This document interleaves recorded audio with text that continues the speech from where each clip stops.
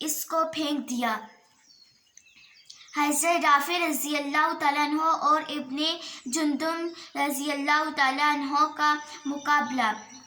نبی اکرم صلی اللہ علیہ وآلہ وسلم کی عادت شریفہ یہ تھی کہ جب لڑائی کے لیے شریف ہوتے تو مدینہ منورہ سے باہر جانے کے بعد لشکر کا معائنہ فرماتے، ان کے احوال کو، ان کی ضرورتوں کو دیکھتے اور لشکر کی اصلاح فرماتے۔ کم عمر بچوں کو واپس فرما دیتے۔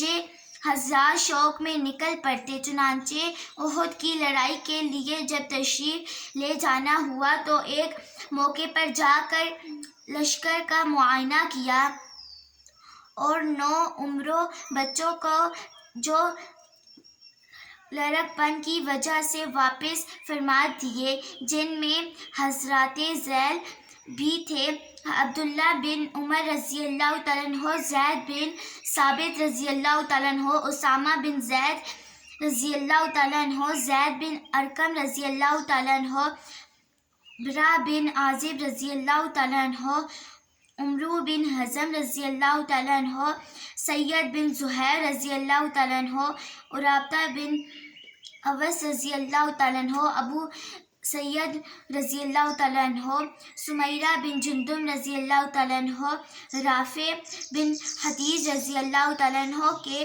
ان کی عمریں تقریباً 13-14 برس کی تھی۔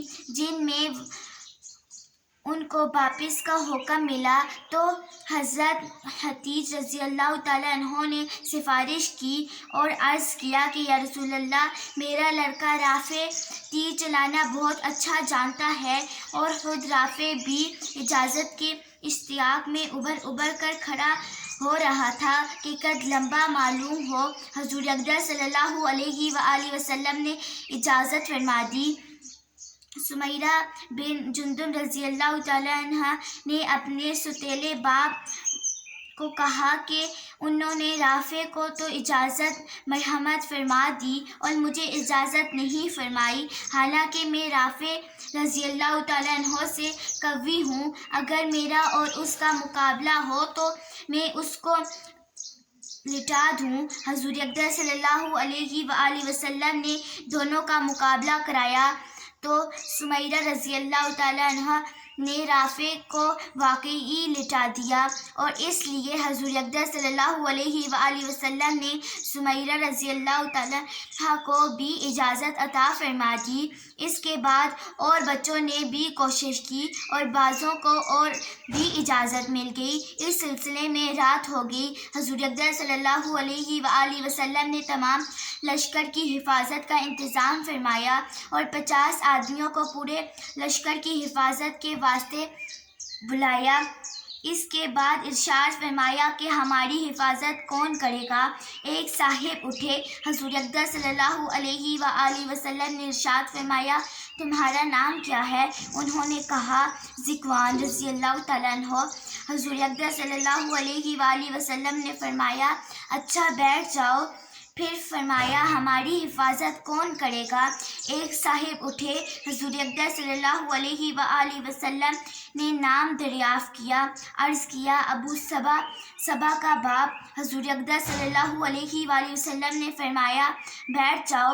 تیسری مرتبہ پھر ارشاد فرمایا کہ ہماری حفاظت کون کرے گا؟ پھر ایک صاحب کھڑے ہوئے۔ حضور اقدس صلی اللہ علیہ وآلہ وسلم نے نام دریافت کیا۔ انہوں نے عرض کیا، ابن عبدالقیس رضی اللہ تعالیٰ عنہ۔ عبدالقیس کا باپ۔ حضور اقدس صلی اللہ علیہ وآلہ وسلم نے ارشاد فرمایا کہ اچھا بیٹھ جاؤ۔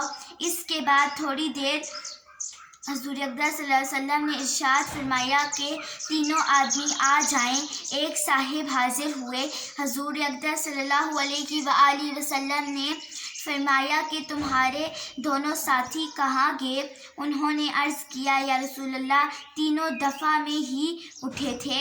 حضور اقدس صلی اللہ علیہ وآلہ وسلم نے دعا دی اور حفاظت کا حکم فرمایا۔ وہ رات بھر حضور اقدس صلی اللہ علیہ وآلہ وسلم کے خیمے کی حفاظت فرماتے رہے۔